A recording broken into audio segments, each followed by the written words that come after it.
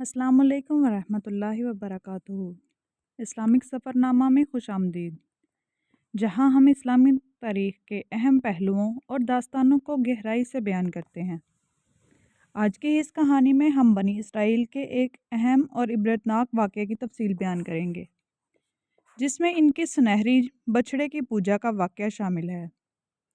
حضرت موسیٰ علیہ السلام کی رہنمائی میں بنی اسرائیل کو اللہ کی ہدایت ملی، لیکن چند افراد نے اللہ کے حکم کو پس پشت ڈالتے ہوئے اپنے ایمان کو آزمایا۔ یہ واقعہ نہ صرف بنی اسرائیل کے لیے بلکہ ہم سب کے لیے ایک سبق ہے کہ اللہ کے راستے پر چلنا اور اس کی ہدایت پر عمل کرنا کتنا ضروری ہے۔ سنہری بچھڑے کی پوجا اور اس کے بعد ہونے والے عذاب کا ذکر ہمیں یہ سکھاتا ہے کہ ہر قوم کا امتحان اللہ کی ہدایت کے مطابق ہوتا ہے۔ بنی اسرائیل ایک قدیم قوم تھی جس کا ذکر قرآن اور دیگر مقدس کتابوں میں بار بار آیا ہے۔ یہ قوم حضرت یعقوب علیہ السلام کی اولاد سے تعلق رکھتی تھی اور ان کی تعداد بہت زیادہ تھی۔ آغاز میں یہ لوگ فلسطین اور شام کے علاقوں میں آباد تھے، مگر بعد میں انہیں مصر کی سرزمین پر پناہ لینا پڑی۔ وہاں انہیں فرعون کی ظالم حکومت کا سامنا تھا، جس نے انہیں غلام بنا کر رکھا تھا۔ فرعون کی حکومت نے بنی اسرائیل کو بے پناہ ظلم و ستم کا نشانہ بنایا تھا اور ان پر مختلف قسم کی اذیتیں فرض کر رکھی تھیں، جن میں قتل و غارت، غلامی اور جسمانی تشدد شامل تھے۔ حضرت موسیٰ علیہ السلام کی پیدائش ایک سنگین وقت میں ہوئی۔ فرعون نے حکم دیا تھا کہ بنی اسرائیل کے ہر نوزائیدہ لڑکے کو قتل کر دیا جائے تاکہ ان کی نسل کا خاتمہ ہو سکے۔ حضرت موسیٰ علیہ السلام کی والدہ نے اللہ کے حکم سے انہیں دریا میں ڈال دیا، جہاں اللہ کی قدرت نے حضرت موسیٰ علیہ السلام کو ایک صندوق میں محفوظ رکھا اور اس صندوق کو فرعون کے محل تک پہنچا دیا۔ فرعون کی بیوی آسیہ نے حضرت موسیٰ علیہ السلام کو گود لے لیا اور وہ فرعون کے محل میں پرورش پانے لگے۔ حضرت موسیٰ علیہ السلام نے وہاں پر اپنی بچپن کی زندگی گزاری۔ حضرت موسیٰ علیہ السلام جب جوان ہوئے تو ایک دن انہوں نے مصر کے ایک شخص کو اس کی قوم کے ایک اسرائیلی سے لڑتے ہوئے دیکھا۔ حضرت موسیٰ علیہ السلام نے اسے بچانے کی کوشش کی، لیکن غلطی سے وہ شخص مارا گیا۔ حضرت موسیٰ علیہ السلام نے اپنے کیے پر افسوس کیا اور اللہ سے توبہ کی۔ اس کے بعد حضرت موسیٰ علیہ السلام کو مصر سے فرار ہونا پڑا اور وہ مدین کی طرف روانہ ہوئے۔ مدین میں اللہ نے حضرت موسیٰ علیہ السلام سے ملاقات کی اور انہیں اپنا پیغام سنایا۔ مدین میں حضرت موسیٰ علیہ السلام کی ملاقات حضرت شعیب علیہ السلام سے ہوئی اور کچھ عرصے کے بعد اللہ کی طرف سے انہیں نبوت کا دروازہ کھل گیا۔ حضرت موسیٰ علیہ السلام کو اللہ کی طرف سے ایک عظیم مشن تفویض کیا گیا، یعنی بنی اسرائیل کو فرعون کی غلامی سے آزاد کرانا۔ حضرت موسیٰ علیہ السلام کو اللہ نے اپنی نشانیوں سے نوازا، جن میں ان کا عصا جو بعد میں سانپ بن گیا اور ان کے ہاتھ کا سفید ہونا شامل تھے۔ حضرت موسیٰ علیہ السلام نے فرعون کے دربار میں جا کر اس سے اللہ کا پیغام پہنچایا کہ وہ بنی اسرائیل کو آزاد کر دے، لیکن فرعون نے اپنی تکبر اور غرور کی وجہ سے حضرت موسیٰ علیہ السلام کی باتوں کو رد کر دیا۔ فرعون نے نہ صرف انکار کیا بلکہ حضرت موسیٰ علیہ السلام اور ان کے پیروکاروں کے لیے شدید مشکلات کھڑی کر دیں۔ اللہ نے حضرت موسیٰ علیہ السلام کو کئی معجزات دیے تاکہ وہ فرعون اور اس کے درباریوں کو قائل کر سکیں۔ ان معجزات میں سے ایک معجزہ تھا کہ حضرت موسیٰ علیہ السلام کا عصا جو سانپ بن گیا، اور دوسرا معجزہ یہ تھا کہ حضرت موسیٰ علیہ السلام کا ہاتھ سفید ہو گیا جو انہوں نے اپنے سینے پر ڈال کر نکالا تھا۔ یہ معجزات فرعون کے دربار میں پیش کیے گئے، لیکن پھر بھی وہ ایمان نہ لایا۔ اللہ تعالیٰ نے فرعون کی ہٹ درمی کو دیکھتے ہوئے کئی آفات اس پر بھیجیں، جیسے کہ خون، مینڈک، جوئیں، مکھیوں کی بھرمار اور قحط۔ ان آفات کے باوجود فرعون نے حضرت موسیٰ علیہ السلام کی بات نہ مانی اور انکار کرتا رہا۔ آخرکار اللہ کی طرف سے حکم آیا کہ حضرت موسیٰ علیہ السلام بنی اسرائیل کو لے کر مصر سے نکل جائیں۔ اللہ کی قدرت سے حضرت موسیٰ علیہ السلام نے بنی اسرائیل کو راتوں رات مصر سے روانہ کیا۔ اس وقت فرعون نے اپنی فوج کے ساتھ ان کا پیچھا کیا، لیکن جب وہ بحیرہ احمر کے قریب پہنچے تو اللہ نے حضرت موسیٰ علیہ السلام کے عصا سے سمندر کو 2 حصوں میں بانٹ دیا۔ بنی اسرائیل اس میں سے گزر کر ساحل پر پہنچ گئے، اور جب فرعون نے ان کا پیچھا کیا تو اللہ نے سمندر کو دوبارہ ملا دیا، اور فرعون اور اس کی فوج ڈوب کر مر گئے۔ حضرت موسیٰ علیہ السلام کی قیادت میں بنی اسرائیل نے مصر کی غلامی سے نجات پائی، اور اللہ کی مدد سے بحر احمر کو عبور کیا۔ فرعون اور اس کے لشکر کا غرق ہونا اللہ کی عظیم قدرت کا مظہر تھا، اور یہ واقعہ بنی اسرائیل کے لیے ایک یادگار اور نشانی بن گیا۔ اس معجزے نے بنی اسرائیل کی ایمانی قوت کو بڑھایا اور انہیں اللہ کی رضا کی طرف راغب کیا۔ مصر سے نکلنے کے بعد بنی اسرائیل ایک طویل سفر کے لیے روانہ ہوئے، جس میں اللہ کی جانب سے ان کو مختلف آزمائشوں کا سامنا تھا۔ ان کی رہنمائی کے لیے حضرت موسیٰ علیہ السلام ہمیشہ موجود تھے، اور اللہ نے انہیں اپنی ہدایت دینے کے لیے طور پہاڑ کی طرف جانے کا حکم دیا۔ حضرت موسیٰ علیہ السلام کے طور پہاڑ جانے کے بعد اللہ تعالیٰ نے انہیں 40 دن کے لیے اپنے پاس بلایا تاکہ وہ انہیں اپنی شریعت مطلب تورات عطا کریں۔ یہ ایک عظیم مقام تھا جہاں حضرت موسیٰ علیہ السلام کو اللہ کے ساتھ خصوصی ملاقات کا شرف حاصل ہوا۔ حضرت موسیٰ علیہ السلام کی غیبت میں بنی اسرائیل نے اس وقت تک کئی آزمائشوں کا سامنا کیا تھا، اور اب وہ مزید شک و شبہات میں مبتلا ہو گئے۔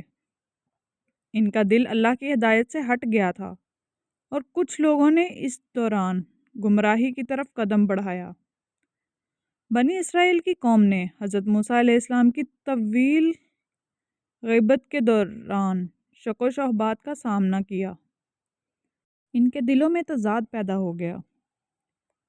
ان کا دل اللہ کی ہدایت سے ہٹ گیا، اور ان کے اندر بعض لوگوں نے اللہ کی رضا سے منحرف ہو کر نئے طور طریقے اختیار کرنے شروع کر دیے۔ اس دوران اللہ کی ہدایت کے منتظر رہنے کی بجائے کچھ لوگوں نے فریب میں آ کر سونے کا بچڑا بنا لیا۔ ان کی نظر میں یہ بچڑا ایک ایسا خدا تھا جو انہیں مشکلوں سے نجات دلائے گا۔ ان لوگوں کی رہنمائی سامری نامی شخص نے کی، جو دراصل ان کا رہبر تھا اور ان کو گمراہ کرنے میں اہم کردار ادا کر رہا تھا۔ جب حضرت موسیٰ علیہ السلام طور پہاڑ پر اللہ کے ساتھ ملاقات کر رہے تھے، بنی اسرائیل میں سے ایک گروہ نے سامری کی قیادت میں سونے کا بچڑا بنایا۔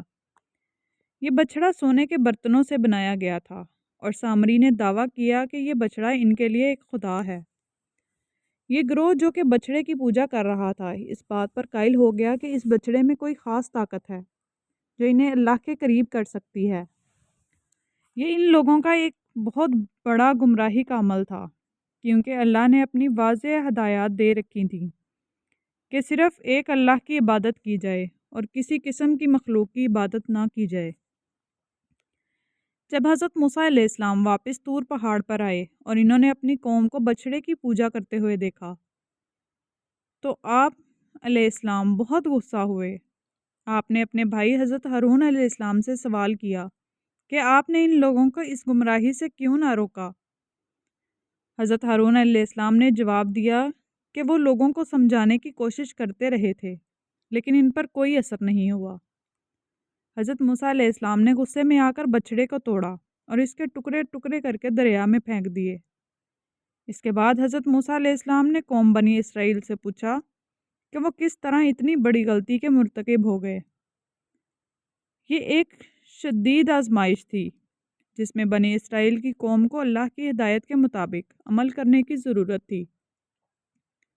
سامری کا کردار اس کہانی میں بہت اہم ہے۔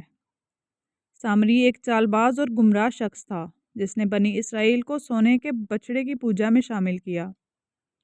سامری نے لوگوں کو یہ باور کرایا کہ یہ بچڑا انہیں اللہ کے قربت دے گا، اور اس کا فریب اتنا بڑا تھا کہ بنی اسرائیل کے کچھ افراد اس پر ایمان لے آئے۔ اللہ نے بعد میں سامری کی سزا بھی دی۔ اللہ نے حضرت موسیٰ علیہ السلام کو حکم دیا کہ جو لوگ بچڑے کی پوجا میں شامل ہوئے ہیں ان کا حساب لیا جائے۔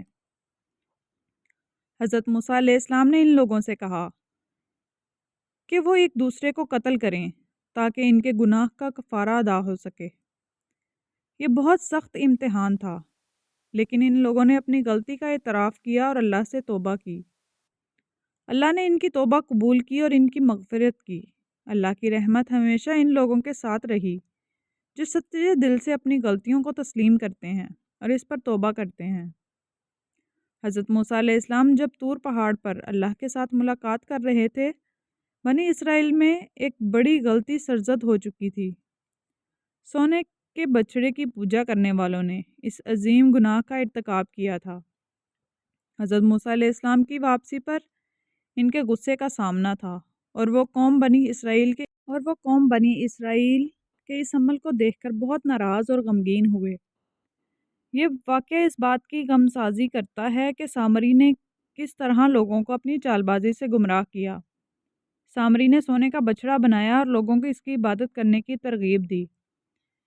یہ فریب اس کے ذہن میں آیا اور اس نے اس گمراہی کو پھیلانے میں کامیابی حاصل کی۔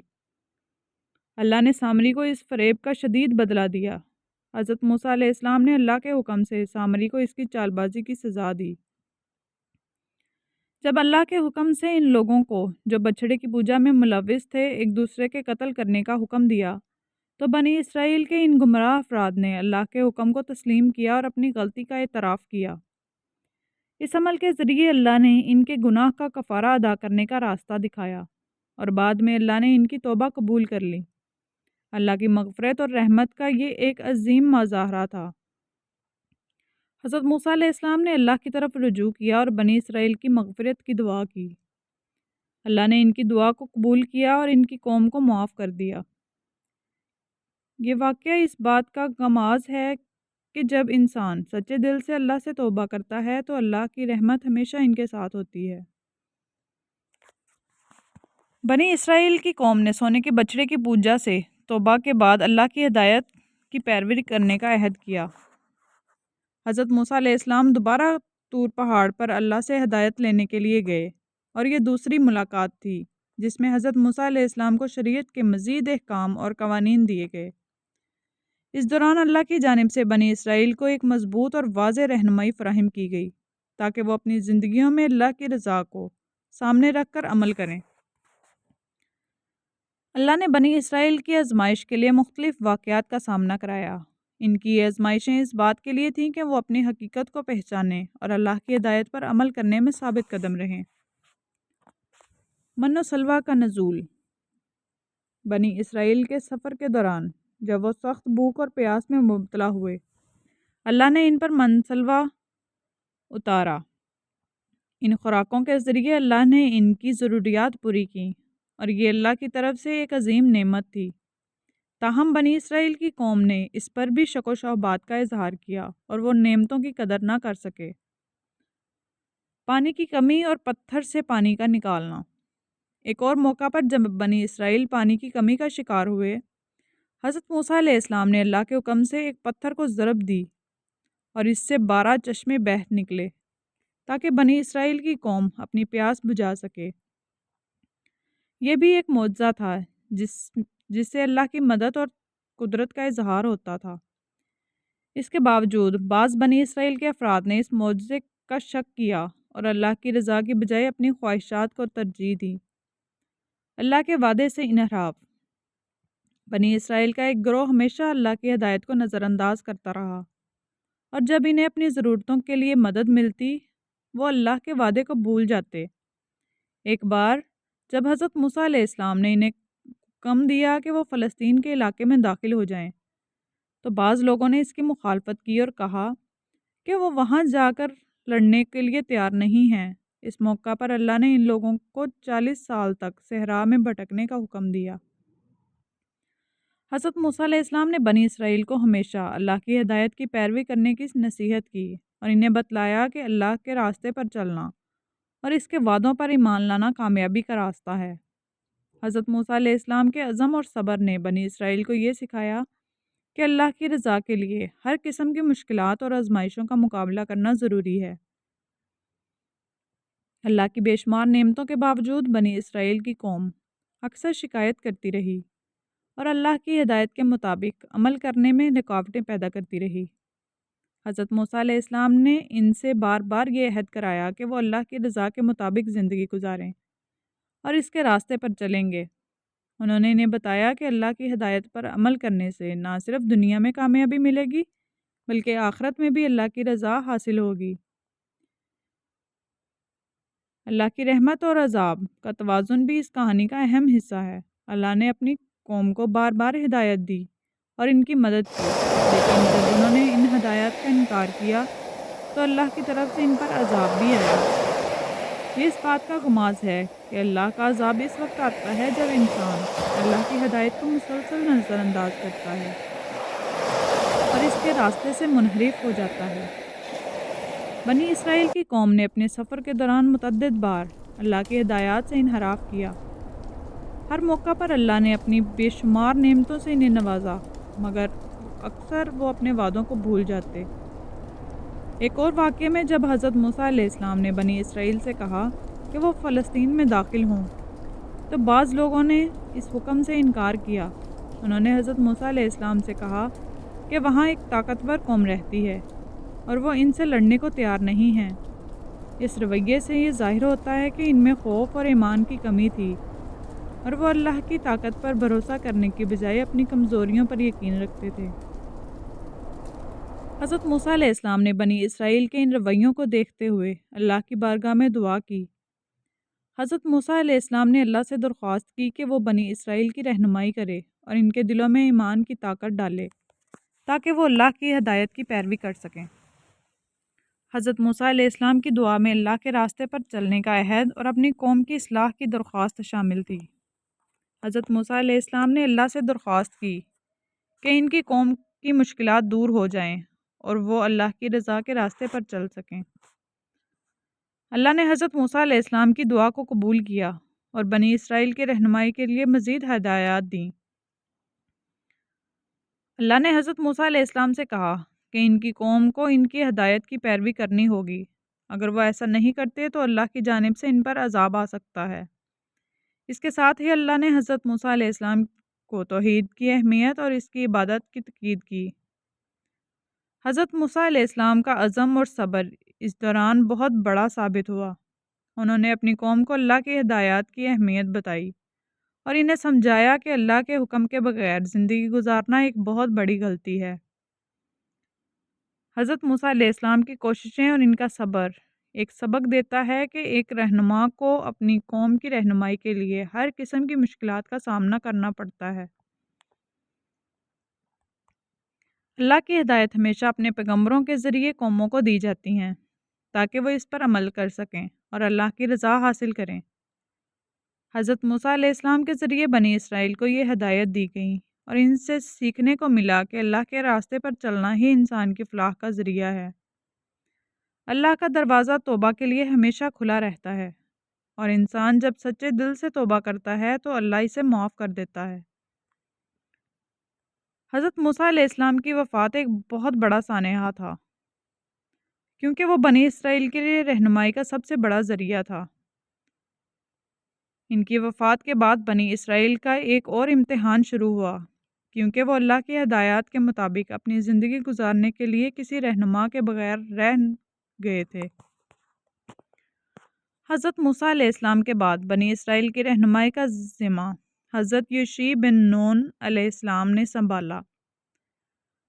حضرت یوشع بن نون حضرت موسیٰ علیہ السلام کے ایک عظیم معاون تھے اور اللہ کی ہدایات کے مطابق رہنمائی دینے کا مکمل صلاحیت رکھتے تھے۔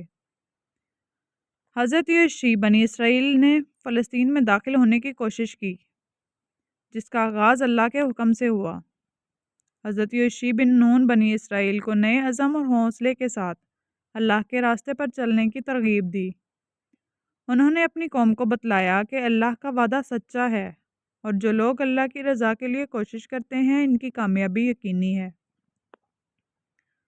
حضرت یوشع کی قیادت میں بنی اسرائیل نے فلسطین میں داخل ہونے کی کوشش کی، لیکن ایک بڑا چیلنج تھا، کیونکہ فلسطین کی سرزمین میں طاقتور اور جنگجو قومیں آباد تھیں۔